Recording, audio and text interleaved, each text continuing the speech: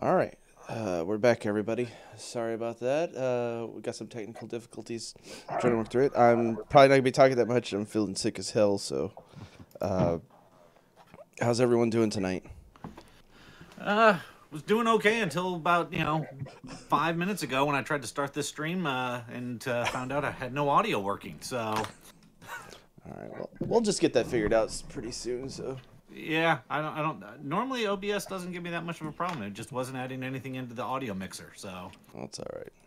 Yeah, but so, I'm sorry. sorry. Sorry. hey, Chris, just mute yourself Yeah. and we'll take it from here. As we were trying to say earlier, unfortunately, without audio, it didn't work very well. Tonight is a special edition of the CR Game Room. It is the RJ Game Room, as Chris and Rob are both out. As you heard a little bit from Chris there, he's under the weather, and Rob is without internet tonight. So, Joe, how are you doing tonight? I'm doing fantastic. I am mediocre levels of caffeinated. I had me a big red. Hope it's helps me subside here. Plenty of caffeine for me. Um, but yeah, I'm excited because first thing on the agenda, which is unfortunate because Rob is the one who helped us sort of break this. We've got something special for everybody tonight, and that is in the form of spoilers, or not spoilers, really. Just we got the OP kit for Spider-Man. Yep, let me share out my screen here real fast. No, I've got it. Just zoom in on mine once it's shared there. So zoom in here just a little bit, There we and so Rob got these the other day and posted up some pictures. So we'll start with the first one here: the two-cost bolt Ricochet Jonathan Galeo. I believe is how you pronounce that last name. I'm probably incorrect, and everyone will correct me later. But he uses the Guardians of the Galaxy Ricochet dice, Max 4, and is an Infiltrate. So, believe he's just a straight up reprint and not a new card or anything. And so he's going to be the participation card, I believe, out of this set. And then next we have the Spider-Man Sneaky Pete. Now, unfortunately, with the way this picture was taken, you've lost what the purchase cost is here. But Joe, correct me. I believe this was a four cost. Yeah, four Yeah, cost so he's a fist. four cost fist who is a Spider Family.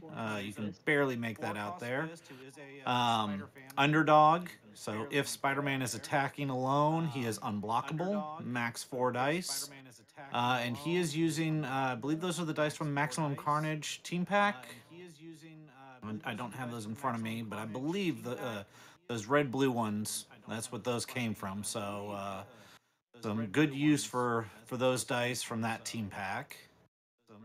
And then last but definitely not least, we are looking at Black Cat Thief, three cost shield, another Spider Family who is Infiltrate, Max 4, and I don't recognize that die off the top of my head. Do you? Yeah, it's from the Spider-Man set, the or Maximum Carnage, because Maximum Okay. Carnage had a black cat in it, and some of Okay. them weren't very good. Yeah, I don't remember that die, but I'll take your word on it then that, yeah, that came from Maximum Carnage, which would make sense with the Spider-Man one. Hey Rand, real quick, it says you can see in your tablet that the audio is coming from. So we're getting an echo. We're getting double audio from you. You're getting double audio from me? Okay, give me just a second here.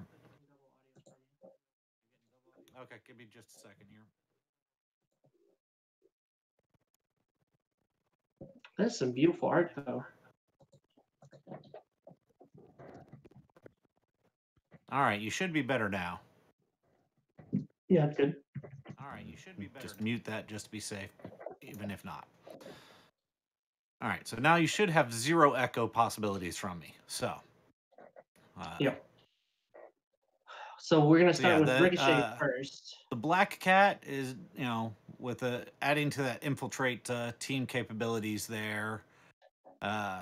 Definitely a nice add, and especially considering her backside being that 4-5-6 on defenses means she's going to stay around for a while. So, Yep. infiltrate just got a lot stronger with this OP kit. Yeah, low to the ground infiltrate costs, and additionally, okay, well, now apparently I've lost Joe's audio on me, so I can't hear Joe. I'm just full of technical issues tonight. Can you hear me? Hold on. All right, Joe, can you hear me? Yeah, I've been hearing you. Can you hear me? No, I still can't hear me. Can you hear me, Ryan? I don't know what is going on with my audio now at all. I've lost all of my audio, and I'm not sure what's going on anymore. You might need to close out OBS altogether. He might need to disconnect, reconnect. That might be yeah.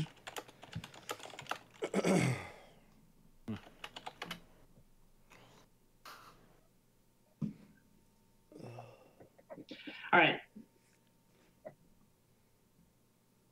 And he might need to step away real quick. Yeah.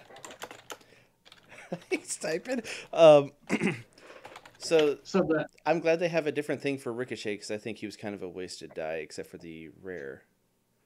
Oh, yeah. I mean, there was a lot of support for Infiltrate there before. It's just Infiltrate kind of got its knees taken out from under it with the rotating out of, or with the banning of Cosmic Cube. Yeah. So yeah, that's there was an issue there with the fact that Cosmic Cube. Yeah. Just 1 second. That's all right. Yeah, Cosmic Cube kind of just it was the thing that made Infiltrate really just go, oh man, oh man. We're good. We're just doing a little one before we go to sleep. Yeah. Someone has to have a camera up, otherwise it closes the picture. There we go. Okay. Sorry, I'm back and I can hear you guys now. I'm not sure what happened. Oh well. Oh, jeez. You want to share your screen again, Ryan? Yep, give me just a second here. All right. Sorry about the technical difficulties, everybody. All right. You know, Robert, you can join via phone too. Okay, so the Ricochet, really good, low cost. Infiltrate alone is good. We have this really awkward situation where we're waiting for more Infiltrate support from the X-Men campaign box and subsequent team packs. I believe we're getting something in there from some of the spoilers about more support from Infiltrate. I can't remember what the rumor was, but anyway, Static Field you can now use as an actual action should you choose to with Infiltrate. It's a lot of fun. Yeah, no, I mean, Infiltrate has a lot of tech behind it as far as a lot of cards of, various purchase costs. Of course, the two best pieces of tech for Infiltrate team would be the super rare Angela and the rare Black Widow, both from Guardians of the Galaxy. This Ricochet, I don't think will get as much play in a Infiltrate team versus the one that every time he triggers Infiltrate, you get to prep a die. So that one's the 3 cost. I think that one is still going to outweigh this one, other than the fact if you're looking for a cheap 2 cost Infiltrate, but having that ramp is good.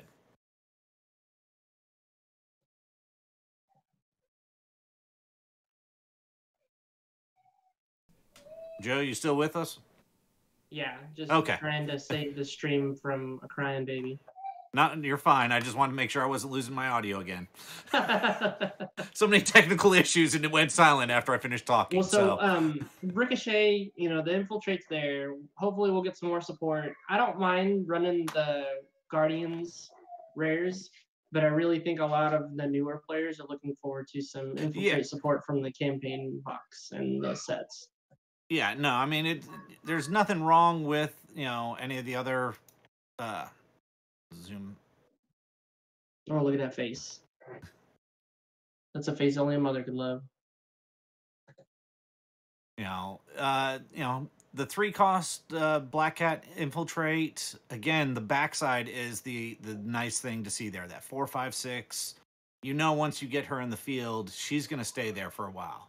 She's not going to get, knocked out like the Ricochet is on his 1 or 2 side real quickly or anything like that. So I definitely see Black Cat adding to him, but again, with the there's the Kree Soldier that is Swarm and Infiltrate.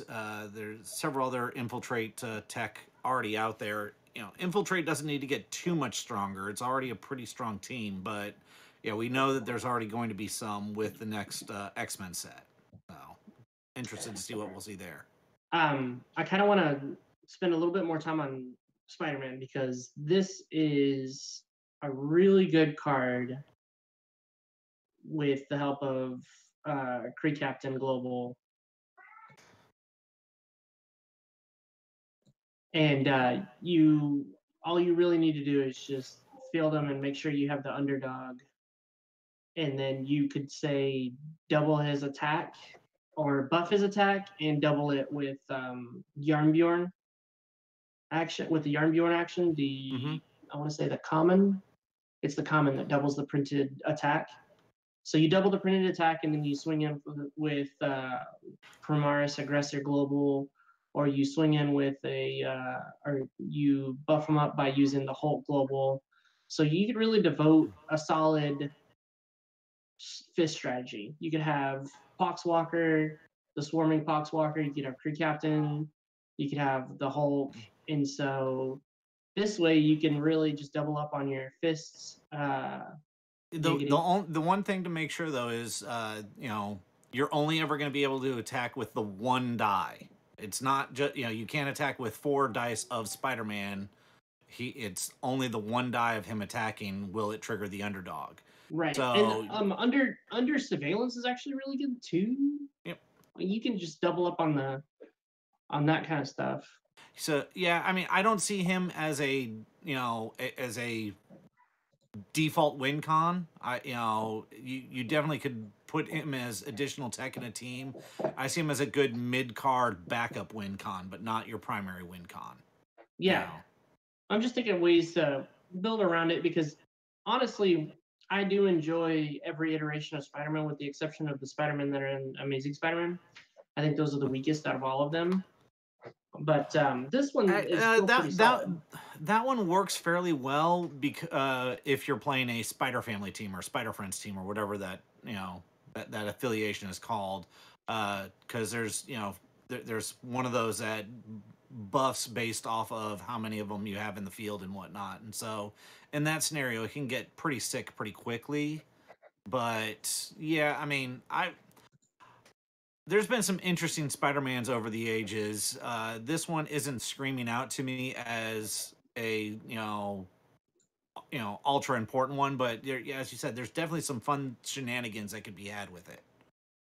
So something else for those of you who are like, but Static Field and Kate Bishop Global, you can always bring a what do you call it? You can always bring what is the name of the SR-71? You could always bring Blackbird Global to that and make sure to blank it before your opponents can use it on your unblockable Spider-Man swinging in for a big chunk of damage. Yeah, or Wonder Woman, Child of Clay. Your opponent can't use globals against your characters. There's ways around it. And again, if this is what you're building as your win con type thing, that's other tech you want to look at for your team. So whether it's the Blackbird Global or the Wonder Woman or whatever, and also if especially in the case of say Static Field, if that's one of your primary concerns, make sure you don't bring it. Build your team to where you don't need it to win, and don't bring that tech for your opponent to try to use against you. Well, so additionally, what you can do is something I just now thought of is it doesn't have to be a main win con. And since you're already running Kree Captain Global to get them out early, you might as well bring in something big, like Gorilla Grodd, you know, and misdirection them in, or, you know, something of that caliber, because it's unblockable. Opponent goes to, or when an opponent declares no blocks, you can misdirection in the thing that you want to misdirection in. You know, I see a lot of fun shenanigans with Parasite with him. You know, I can get several parasites in play. I can then declare the single attack and back him up with the parasites. And now he gets pretty big pretty quickly. You know, going there. You know, I mean, Parasite in and of itself is not a win con, but adds to any combat, you know, damage win con. If my point is to get this guy through and hit you in the face with them, Parasite's a great add for any of those. You know, because once Parasite's in the field, the only way really to get him out is to force your opponent to use them as blockers. You know. But so let's move on to the Black Cat, and let's talk about, you already covered the fact that she's got really nice toughness, but the fact that she's a 3-cost shield just puts her right in that nice little space to where it's not too much, but it's enough to where it'll give you an early buy. It'll give you a first or second turn buy. Yeah, I mean, most definitely, you know, she is an early purchase. You know, the backside on that 4/5/6 is really the you know, shining point of this card on an infiltrate team. I'm going to be able to get her out, get her in the field relatively easily, and she's going to stay there, which is what you want on an infiltrate level team. They're just, you know, your opponent's either going to have to put a heavy blocker in front of her to get her out of there, or they're going to, you know, constantly, you know, chump blocker, or they're going to let her go and you're going to be able to do your infiltrate damage. Yeah, so Rob brought up a good point. In addition to that, there's that Bizarro Global out now, which is pretty much the Calo Global. Yep, switch the attack and defense. Exactly. So you're getting through, the opponent goes, all right, well, I guess I'll just take the 1. Well, okay, cool. I'll pay the shield, and now you're taking 4. You know, or if I don't have the shield, then I'll go ahead and, you know, claim infiltrate, bring it back to the field, and take the 1. You know. Yeah, no, the backside on her at a 3 cost with the infiltrate is definitely an interesting piece of tech for infiltrate. You know, is it going to be a shoe-in on every infiltrate team? No, but it's definitely going to be one of those. It's going to get serious consideration on every infiltrate team.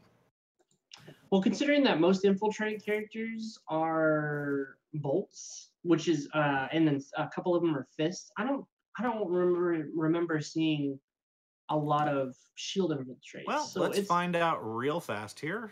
We can. I think there was a couple of them, but let's see. Black Widow was a fist for the set, for the Guardians set, correct?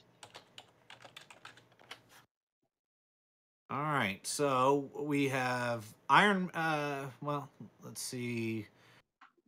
Shield, bolt, mask, fist, shield. The Spot is a 2-cost bolt infiltrates, and Captain America gives he's a shield, but he gives your sidekicks infiltrate. So so there's a couple, but not many. There's a few pieces you could go, definitely you can go the direction of Captain America. I haven't ever had much luck with Captain America on an infiltrate team. You know, there's just, well, considering that we now have the Bizarro Global, I think that works perfectly, because now you're giving your sidekicks that +1 defense boost. Oh no, it's just the issue I've always had in it is dedicating a slot to something to give you a global to get more sidekicks in the field consistently. And so I'm taking away a slot because there's enough other infiltrate tech out there that I find more, you know, better than being able to use my sidekicks that way. But there's not enough support for like a shield, a mono shield team, I guess. No, definitely. You couldn't do a mono shield infiltrate team if you wanted to. I mean, It's just appreciate the low-hanging fruit there, Chris. Of course, the best way to get sidekicks out, and we've established this multiple times on both of the Discord servers, is Instant War. My favorite basic action in the entirety of Dice Masters for reasons I've already described. So there's that. I mean, there's lots of ways to get sidekicks in the field now, but most of them are global based or basic action based. You know, there's, you know. So again, I mean, if you watched my match last night on Weekly Dice Arena, I had no problem getting sidekicks. That was the rarity of my normal matches. I normally can never get sidekicks in the field, so I've never been a fan of sidekick buff style teams, just because I've never been able to get them to work consistently for me. Yep. So anyway, that is that is the, what is this, June? I think that's the June OP kit, correct? No, I think this should be the May or April. Okay. But that's our sort of look at the cards that are part of that OP kit. I enjoy it, not as much as the Super Spice kit, but of course, this is still really good. That Spider-Man's, you know, playable. The Ricochet, of course, if you've already been doing the Ricochet thing, then that's fine. But it's a nice little swagger piece to put on your all-common team, right? For your theme night. And so, I mean, that's good. And then the Black Cat, of course, I have yet to find a playable Black Cat outside of Amazing Spider-Man's rare or super rare, and also the uncommon. So yeah, no, the super rare one was a good one, but yeah, there haven't been very many good Black Cats over the ages here, so it's nice. I think this one will probably see the most play, especially under Modern. You will see this one a lot. Yeah. So we hope you like the pseudo spoilers, I guess you could say. If you haven't seen it, because what we have currently is, outside of this, are the from the publications that have been put out by Laurier and the guys up at Dice Masters of the Great North. And so Rob was able to get a couple of packs miraculously. We're not going to say that he's sponsored, because he's not, but we're not under any obligation to say how he got these. Yeah. I will say it involves a really seedy Tuesday Night Poker situation. I'll leave you guys with that. Yep, that's more information than I have on how he got them, so we'll leave it at that. So this is why I'm glad Chris is muted. We're gonna have to delete that little word that he just said there. So moving on from here, since I'm already sharing out my screen, we'll just continue on. Instead of seeing my ugly mug, we'll go on to the EU bracket results. We finalized round 3, and we have our top 4. So going from 4th place up, we've got Peter. Of course, it cuts off the last name, right there. So I'm not entirely sure. But Peter Van de V something or another. Vetter, I think. Yeah. Then we've got James in 3rd place, TJ in 2nd place, and our own Ben Said Scott taking 1st place in the EU bracket. So congratulations to everyone there. You guys have a bye week right now, waiting for the North America bracket to finish up its round 4. But there have been a couple of questions on how exactly are we going to combine the 2 brackets as far as once we do our top 4 cuts. Yeah, I'd love to hear what we're going to be doing, and it's actually it was brought up in the chat as kind of the verifying that's how we're going to do it, is the number 1 in one bracket. So we're going to say the number 1 in the EU bracket, Ben Said Scott, will be paired against the number 4 of the North America bracket. And so then the number 1 of the North America bracket would get paired against the number 4 in the EU bracket of Peter. And it's going to continue that way, across the board that way. So there, at least in this very first round, it's going to be an EU versus North America clash. After that, for the semifinals and finals, we'll see how the dust settles. But at least for the very first round in the top 8, that's how we're going to combine the two and do our pairings. So let's take a look at the. I wanted to go over really quickly with the teams, starting from 4th place, working our way up to 1st. Okay. The teams of each of the participants. So we'll start with Peter's. Peter VDB, as he's known on our Discord server. So we'll start with his teams. And let me grab them real quick. Oh my goodness. Well, I'll stop sharing my screen then while you bring those up so we can...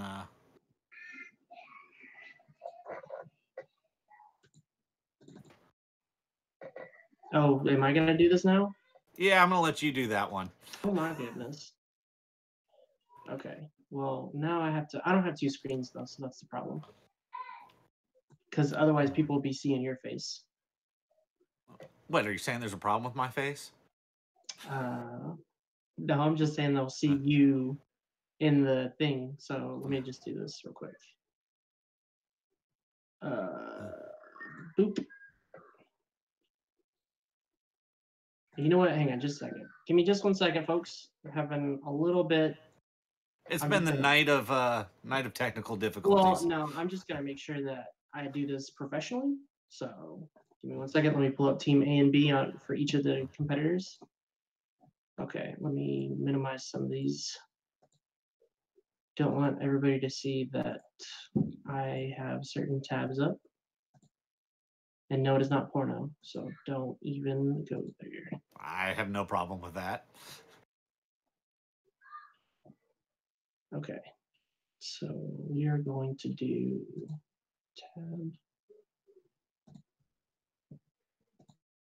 Okay. Hey, Mike, how you doing tonight? Finally get to look at the chat, so. All right, so does everybody see this?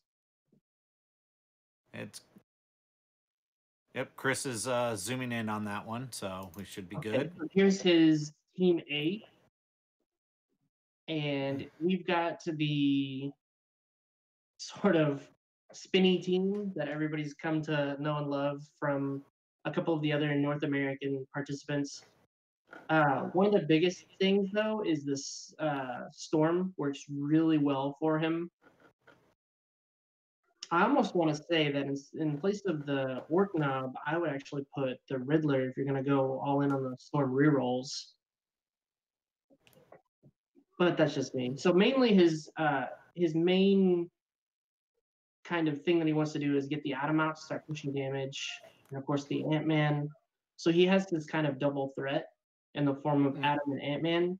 And then the other way he wants to clear the board is through Staff of the Forgotten One and Jubilee, with Storm and Black Widow acting as his control pieces, and of course Confront the Mighty to help sort of boost him, and as well as get rid of those nasty other opposing characters like an opposing Black Widow. Actually, I would recommend leaving the Orc Knob on, but looking at bringing in a Clayface global so that he can spend a single mask to bring in a Orc Knob on the double mask to increase the damage he's doing with the Atom. So for those that aren't aware, with the Atom, he's using the Energy Field Global, and the Energy Field Global allows him to target the same card for the spin down and spin up. So he's able to, once he gets an Atom out in the field, as long as it is not a level 1 Atom, because the first action has to be spin down. So he can get the Atom out there on level 2 or level 3, and then spend a mask to spin it down, spin it back up, and deal his opponent 2 damage directly. So, again, I see the Orc Knob as a good choice on that team because it's a cheap mask, 2-cost mask character that if he had Clayface on here, he could start bringing that, spending 1 mask into 2 mask and getting those cycled back in. Well, I also see why he has the Orc Knob, and I actually think it's a great idea because Staff of the Forgotten One plus Jubilee equals instant board clear. Mm-hmm. And with all those characters, with all the opposing character dice getting KO'd, Orc Knob then just gets huge. Yeah. And that's not a bad stat line. My issue with the Orc Knob itself is, even though it's just 2 cost, that level 3 is just really taxing. Yeah, as but far in as that fielding in that cost. case, you know, you go, you know what? I'm not going to field him on level 3. I'll let him go to used pile, and on my opponent's turn, I'll spend a mask, and I can bring him in as dual energy and hit my opponent for 4. Yeah. Is it sharing his second team, his B team? Not yet. I'm only seeing the one team right now. So Okay. Yeah, let me go back and I will share. Okay, it is this one. Okay. So next we have the good old trusty collector team, the collector villains team. collector villain control Navi team. Yeah. This is 100% control. He is all in on the control. He is not trying to deal out quick damage with an unblockable team via fielding a Black Canary and then swinging with it. He is just doing straight up control. He's doing Scarecrow for the troublesome. Increase the purchase cost of whatever either your win con or your control is to make it to where you can't counter control him. Yep, and then he's doing Madam Mask for the blanking of the when fielded abilities of Shrieks or even an opposing Blob or an opposing Norman Osborn. Yep. And he's got Scarlet Witch for those troublesome actions like Green Devil Mask and Instant War. Mm-hmm. He's got the Shriek, of course. There's the Collector. He's got the Blob. The Blob is one of my favorite pieces of control, and considering that there are so many Kree Captain Globals in this meta, it was very smart of him to just say, okay, well, instead of the Kree Captain, I'll put in this Kree Soldier, which has Swarm, but it also has a dual purpose of helping get him the masks and the extra villain type. You mean the fists? It helps him get the fist that he needs once he gets Collector out to cycle in the Norman Osborns. Yep. No, the Kree Soldier has been my go-to on this team since it came out. When this team was first kind of fashioned, it was missing a strong 2-cost alternative, and that slot typically was always held with a Kobold, so you could get either the 2-cost or 1-cost Kobold and put on that team. But that of course was not modern. That was a golden age. In modern, there really wasn't much until this Kree Soldier came out to really give you that 2-cost either early purchase or that late purchase. I'm getting fists out the wazoo to cycle in those Norman Osborns from the Collector. Okay, so who do we have next on our team list? Who's number 3? So number 3 on our list is going to be James Ballore. Okay, so let me pull his teams up real quick. Yeah, and Chris, you're right. The Poxwalker 1-cost fist is also real good. I like the Kree Soldier because of swarm capabilities over the Poxwalker, so that later in the game, if I can cycle my bag pretty regularly, I can cause it to cause the swarm to trigger and give me more opportunity to get more fists to make sure everything goes the way I want. Okay, so we're gonna jump over to James's teams. Let me pull up his team. That and Poxwalker is not a villain, whereas the Kree Soldier is a villain, which makes Norman Osborn even stronger.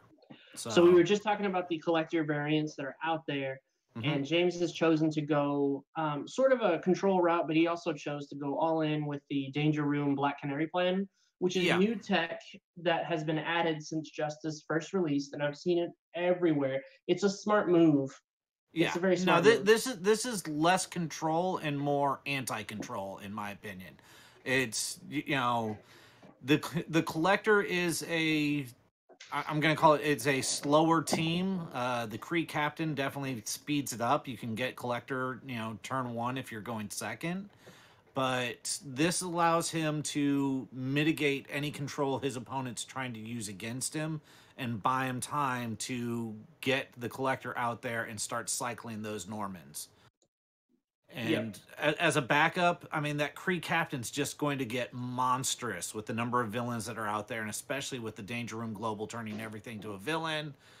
You know, it's just it's devastating, is what it becomes if he's able to open up the field. Yeah, so I mean, I looked at all the options, and I know you've been on the collector team since since you took it to the WKO even, or I since mean, before yeah, then. I've But I've been on the collector team, since the collector was spoiled. but yeah, I mean, it's a great solid card, and because they build so many good villains, it has really good support. So we're gonna Well, move on to Well, and one just while you're switching over the teams, one thing that a lot of people forget about when they're playing a collector team is you now have a 20 card team. You no longer have a 10 card team. You have a 20 card team because everything your opponent has is available to you, at least for one round. And so it really does change what you're capable of doing. You don't always sit there and go, "Oh, well, I'm going to bring in a Norman Osborn this turn." There's been games where it's like, "Oh, I can bring in." I was playing in a Golden Age, and it was one of those. I'm going to bring in a half elf bard. yeah. And it's one of those. All of a sudden, my multitude of villains just became insane. So, all right. So now we're looking at his B team. So, we mentioned earlier, probably while no one could hear us with all the technical issues I was having, we see the Blackbird making an appearance on this one. So he is, he's got a lot of globals, but he's defending himself from anti-use of those globals with that Blackbird. Well, I mean, so the main focus of his team is to field as many different varieties of affiliations as he can. He's got 2 in Poxwalker, he's got 1 in Mimic, and he's got 2 in Parasite. Yep. And that's really all he needs to sort of play this team up and make his sidekick unblockable, which he can produce through Professor X. Yep. And he's got this huge sidekick swinging in for 7, so swinging in for 12. I'm not including the other sidekicks that he will be using to and or Poxwalker. Right. This Poxwalker is actually great. I like this Poxwalker a lot. Yeah, no, I mean this is definitely a get as much out in the field as you can. Specifically things that have the multiple affiliations, and get that. Plus that add the Parasite on top of it. It's a sick team. It's it's not fun in any way, shape, or form. So I like it because it's a straight up simple approach. It's not layered like you would have with the collector team or even the Super Yanti team. The Yanti team is layered because you have to throw the Mimic out if you want to get the quicker kill. Otherwise, you're just going to be waiting forever to set up. And then there's other ways to interact with the Yanti team that doesn't have a Mimic, a super rare Mimic on the field. So with this team, it's just a straight up simple approach. You get the Mimic and the Parasite out early. You ramp your brains out. You have all these sidekicks out, and then you play your team up, and you're done. That's really all you got to do. Yep. So I enjoy a very simple, straightforward approach. So let me go to... So TJ Boz is next. Well, you're bringing that up. I'm going to step away real fast. I need to put my daughter to bed, and I'll be right back, hopefully right after you get that team up. Okay. So what we've got here, I'm going to keep on talking because nobody likes dead air. To TJ's A team, I believe. Oops. No. This is the wrong team. Hold up. Get rid of that one. Oop. Okay. Okay. Here we go. So TJ's team, which I've seen in action, is the Doomlance team with the Grey Hunter, and it is amazing. Of course, you have the Jubilee for the backup, but he also has team up on his team and the Black Widow. So he has this sort of multifaceted team up / Doomlance / Jubilee what I like about this team is it has so many win cons built into it. And it has the Poison Ivy because he predicted the future and he knew that there was going to be a gold dragon in the meta. I don't know how he knew that, with quotation marks in the air, but he just knew. So this Poison Ivy is great because it says when Poison Ivy blocks or is blocked by a non-villain character die, she gains deadly. She also works with Doom Lance. Lovely. So the problem with Poison Ivy is that it's a really collector heavy meta. But the other bonus that you get is she has those great defense stats on level 2 and level 3, which means she can survive her breath weapon. She can survive a lot. She can survive a pretty hefty, I want to say Venerable Dreadnought swing. You know, Venerable Dreadnought's usually swinging for about 4 to 7 damage. So Poison Ivy can, you know, take those hits and survive the majority of the time. And then we have, of course, the good old-fashioned Spider-Man that you see there, the Spider-Man that makes it to where all your sidekicks have to be blocked first and before your other non-sidekick characters can get through. So I love how he has a different approach on every single card here. He's got Grey Hunter, Doomlance. He's got Jubilee sidekicks in the form of Professor X to do that slow whittle damage. And he's got Black Widow Rush if he ever gets a whole lot of sidekicks on the field. And then he's got the Spider-Man to help him out with that. Team Up, he's got the Spider-Man to help him out with the Team Up. So he's just got all of these different approaches that he can make. And I've actually seen him on camera.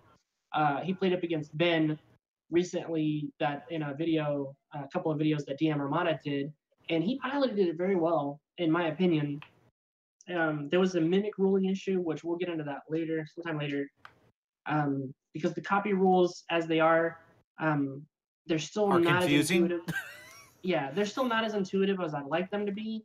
Mainly the issue is with Mimic himself.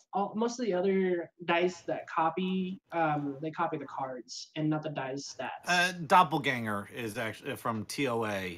But it's a little bit more clear because it copies the lowest level die, right? It depends on which one you're using. So okay. Well, yeah, I mean, it's a gray area there, but we're gonna move on to the fact that TJ's team is just all around good. I love it. Yeah, I haven't had a chance to watch those videos of him versus Ben, so I haven't seen exactly how he pilots this team, you know. But he has been very effective with it. So okay, just 1 second here. We're gonna move on to his team B. Yep. And this team is good as well. Oh, it's Collector. Yep, another Collector team. This is much more what I expected to see as Collector teams at the current meta. You know, yeah, you can throw this Black Widow your local modern tournament, and you can wreck the bracket with it. Yeah, the Black Widow is a great add for this one. It's not a villain, but it shuts down an attuned opposing team, and it minimizes a lot of damage coming at you from other effects and whatnot. It allows you to stabilize and get your control pieces out and start putting the hammer on them. So the Kree Captain for the global to make the Collector easier, the Kree Soldier to give you those fists later. Again, Shriek, Scarlet Witch, Blob. There's nothing wrong with that. As I call it, the Holy Trinity of villains. There, control villains. You're talking about the Blob, Shriek, Scarlet Witch. Yeah, the Blob, Shriek, Scarlet Witch. The Holy Trinity of villain control. There you go. So this team has a little added bonus in the form of under surveillance. Yep. And I love this. He can just switch it. He can be like, all right, well, I'm going to field all these villains, and then I'm going to Collector in my Kree Captain and tag it with under surveillance and go. He just swings wide on that.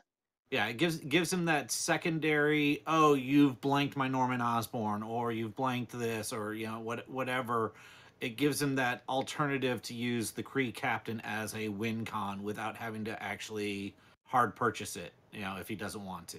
Okay, I'm going to pull up. You can talk some more about the teams. I'm going to pull up Ben's teams, which, I mean, we've already kind of we've seen in a lot of ways. But yeah, I'm gonna pull that one up. Let me do this. I'm gonna switch back here. Okay. So yeah, everything that's going on with these teams, that collector is just such a broad kind of brushstroke for the meta, for the current meta. Yeah, I mean, it's a catch-all. He allows you to easily, and especially as most of your direct damage to your opponent fielding things are when fielded abilities, it gives you just such a consistent method of triggering those and not having to worry about then getting the die KO'd to bring back in or anything like that. If the new Poison Ivy wasn't a 5 cost, I mean, she would be awesome on a collector team because collector and Poison Ivy, she KOs herself. I don't even have to worry about re-rolling her next turn. I'm just going to collect her in another one next turn, Oh, well, I mean, you're talking about my team. I actually run Poison Ivy on my collector team. Well, okay, yeah. So I didn't know you run a Poison Ivy on a collector team. So I do. Yeah. I do the combo of Poison Ivy, Black Adam, which right. Yeah. Yeah, you get the Black Adam out first, get the collector out, and then use collector to bring in Poison Ivies.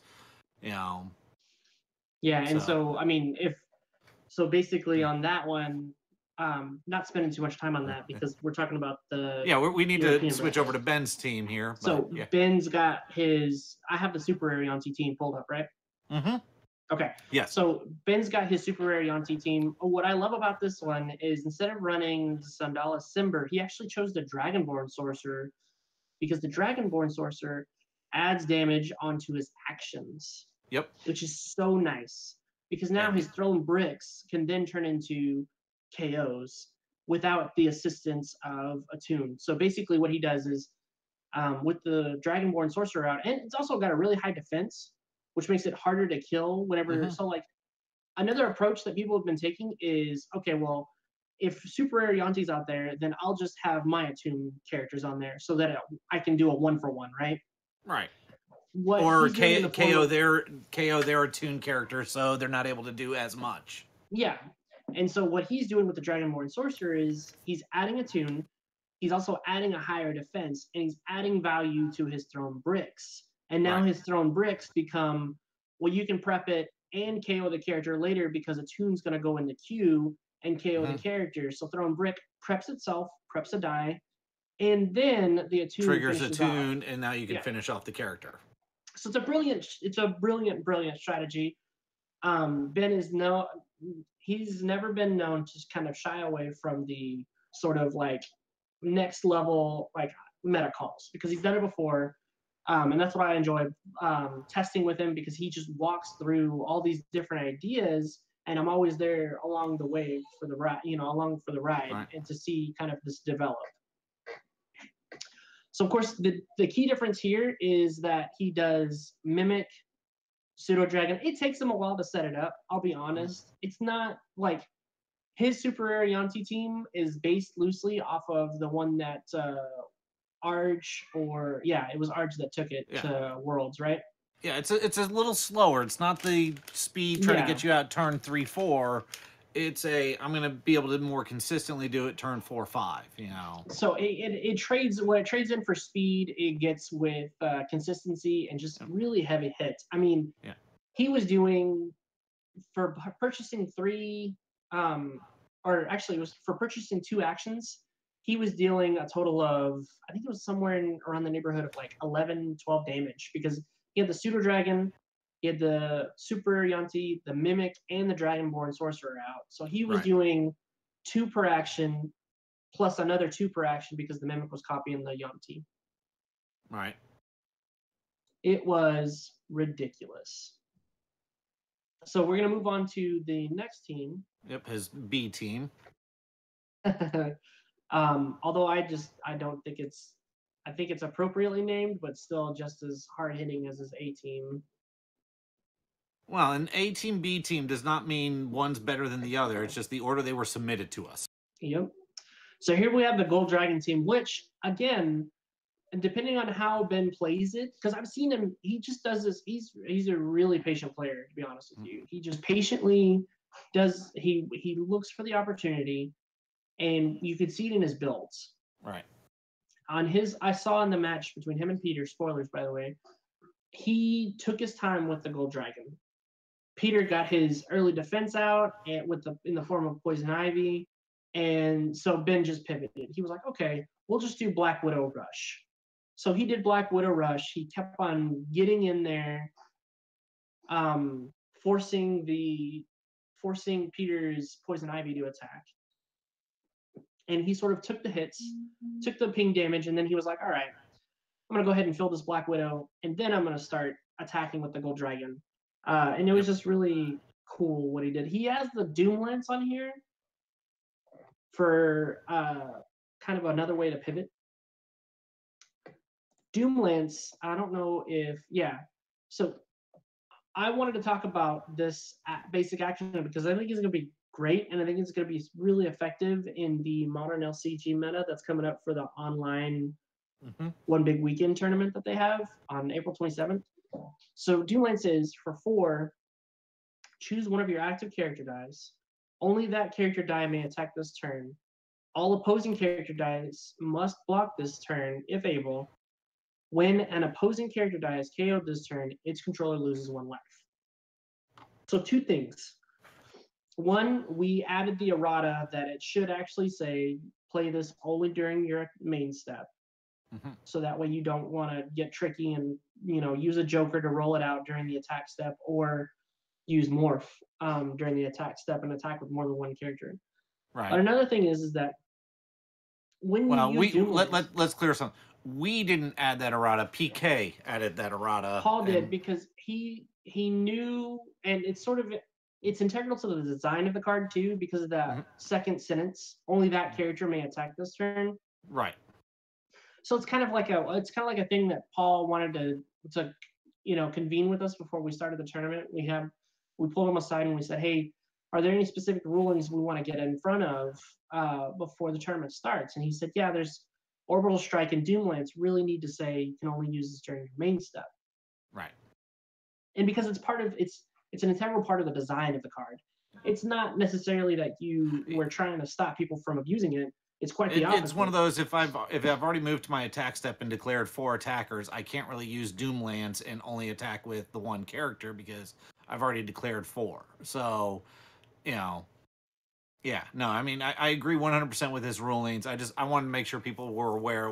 This wasn't something we did, it's not an official announcement on the rules form either. It's just an errata that we wanted to put in there to make sure that everybody knew that there wasn't going to be any issues. And realistically, the only issue that we had was Kim was using Orbital Strike, which is another one of those actions that needs to have that errata.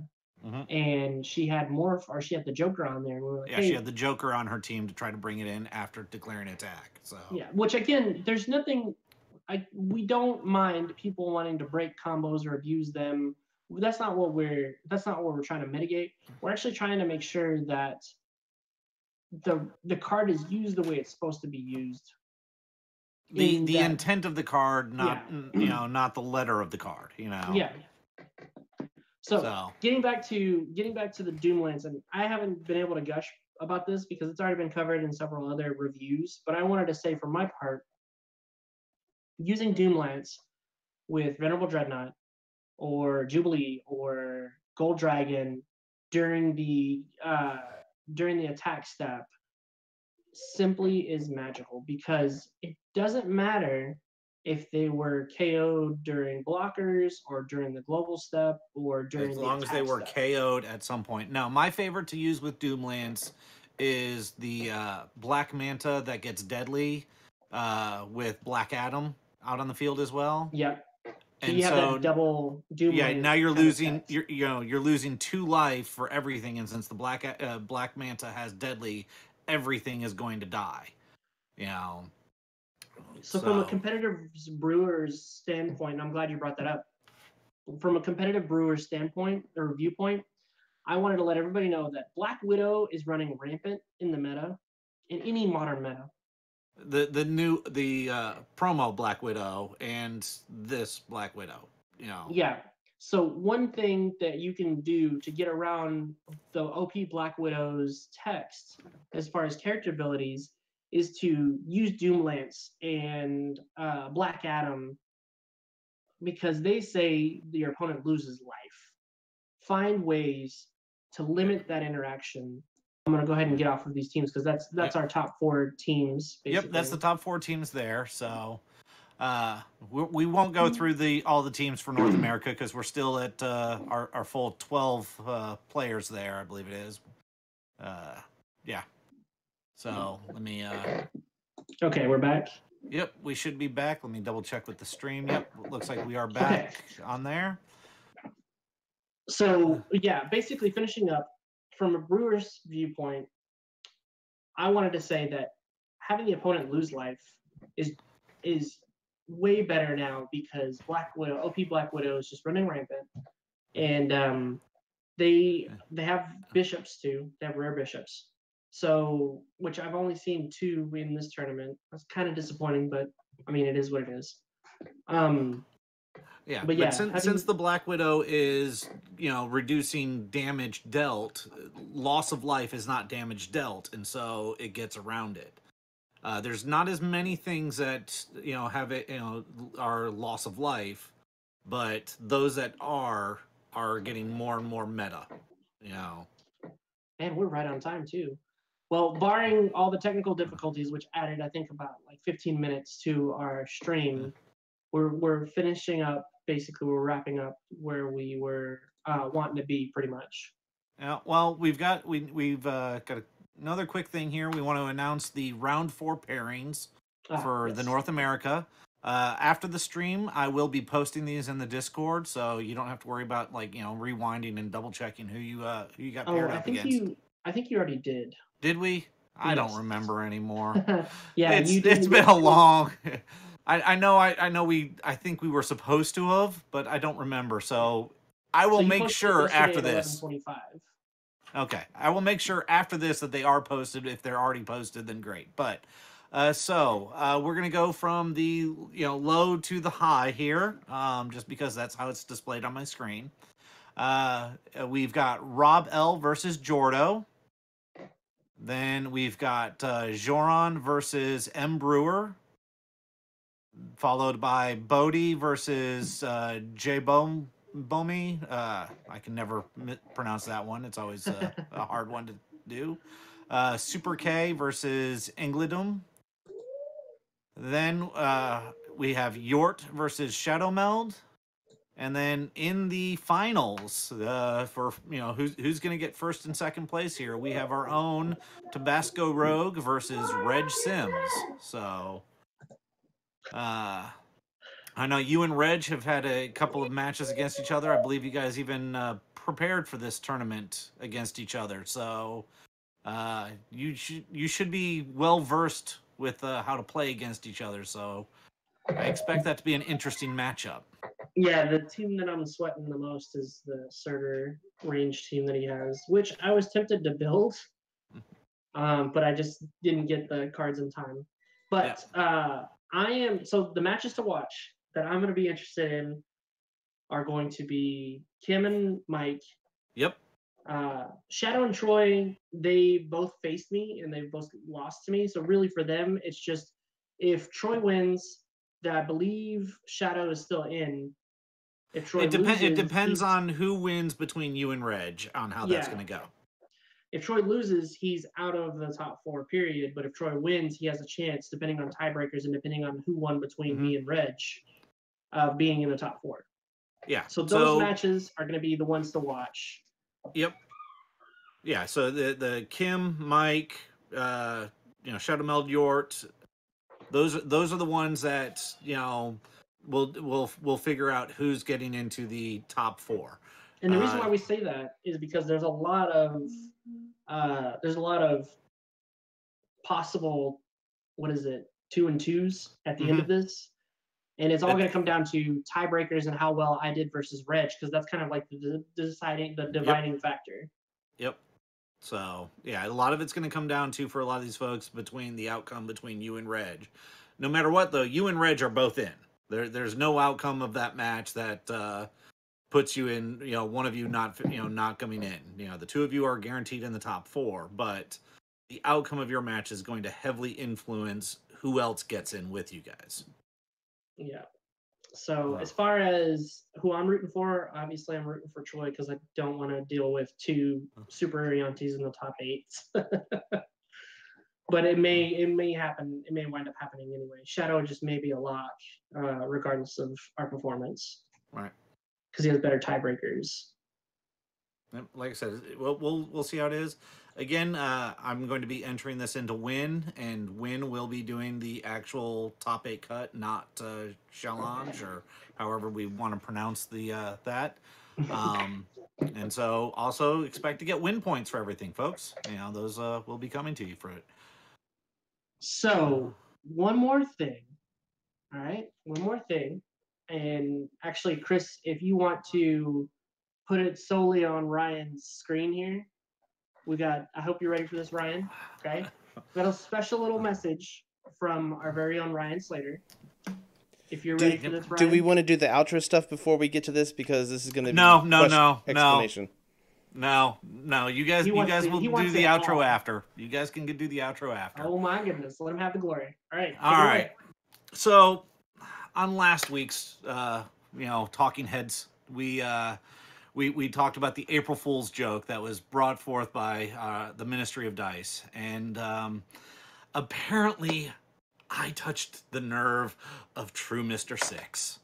So much so that he went on a rant on the wrong Discord server.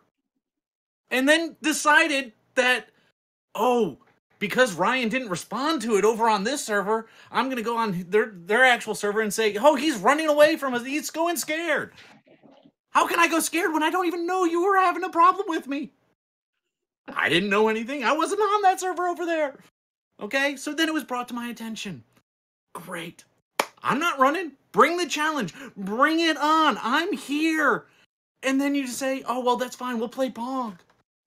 Pog?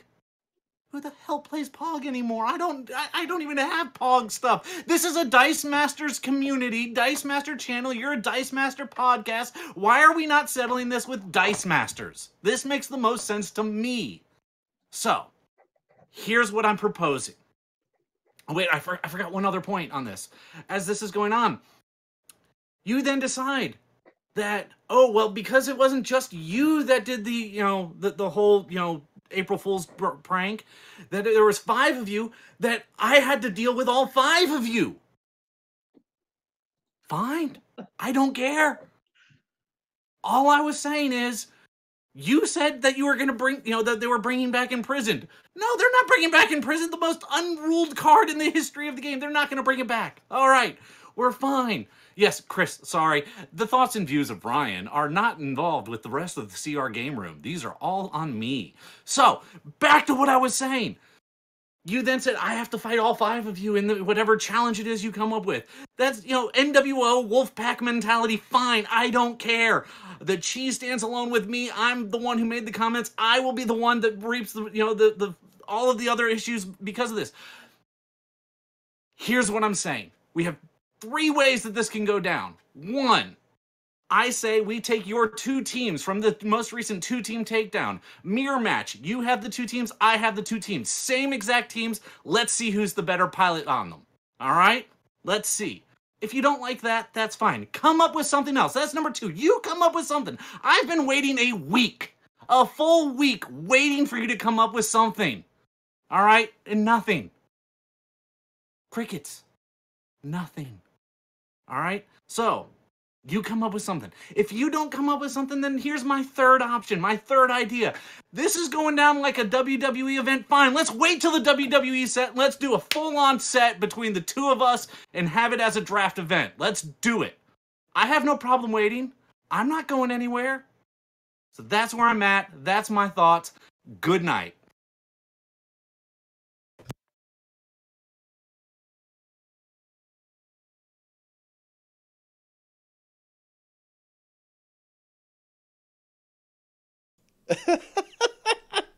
Hold on. Someone needs to come on camera. I got it. All right. What you just heard there, folks, was Ryan laying the SmackDown, or he's laying the foundation for said SmackDown. I thought Ryan was just gonna leave the, the Discord after that. It's just mic drop. Is that what happened? Yeah. Mic drop? All right. Yeah, he's been talking about this coming for a while, so kind of looking forward to it. But yeah, oh man. So that's I think that's gonna do it for us here at CRGR. What's that, Joe? Oh, were you talking to your kids? I was talking to my kids. Okay. But yeah, so aside from that mic drop there, aside from that chair that was down, I want to say I'm looking forward to round 4 of the North American bracket. Looking forward to see what's going on there. Stay tuned. I'm trying to organize a night to stream with Reg on so that you guys can see the sort of battle that determines placings. And yeah. All right. So be sure to like, subscribe, and do all those things, and we'll be looking forward to hearing from the mod guys. Bye, everyone. What were you gonna say? I was gonna say that since it's kind of a 6-hour delay, we'll have to wait until either the middle of the night or early morning to hear from them. We'll wait with bated breath. How about that? I'll be monitoring the chat. That's for sure. Yeah. Hopefully they'll put it in our Discord. All right. See you guys later.